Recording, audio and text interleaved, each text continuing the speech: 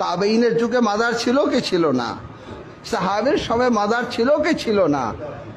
যদি ছিল তাহলে আমাকে বলতে দেন আলে মোহাম্মদের সময় মাজার ছিল কিনা। আলে মোহাম্মদের সময় মাজার ছিল, তো আলে মোহাম্মদের সময় শিরক হয়নি, সাহাবীর সময় শিরক হয়নি, তাবেইনের সময় শিরক হয়নি, 1300 বছর পরে শিরক হয়ে গেল। হুসাইনের মানে কাছে মাথা নত করি কার জন্য? নবীকে পাওয়ার জন্য। নবীর কাছে মাথা নত করি কার জন্য? আল্লাহকে পাওয়ার জন্য।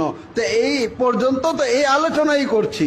মাজারের সামনে গিয়ে কি হয়? অলিয়ায় খোদাকে পেয়ে যাই, অলিয়ায় খোদাকে পেয়ে যাই, অর্থাৎ অলিয়ায় খোদার কাছে গিয়ে ইচ্ছা জাগ্রত হয়, আহ যদি আমি এনার গোলাম হতে পারতাম, আহ আমি যদি এনার সাহাবী হতে পারতাম। এই জন্য যারা সাহাবী ছিল তারা রেখে দিয়েছিল, যারা তাবেঈন ছিল তারা রেখে দিয়েছিল, যারা তাবেঈন ছিল তারা রেখে দিয়েছিল, যারা খারেজি ছিল তারা ভেঙে দিয়েছে। আলী কেন মাজারগুলি ভেঙে দেননি? হাসান কেন মাজারগুলি ভেঙে দেননি? হুসাইন কেন মাজারগুলি ভেঙে দেননি?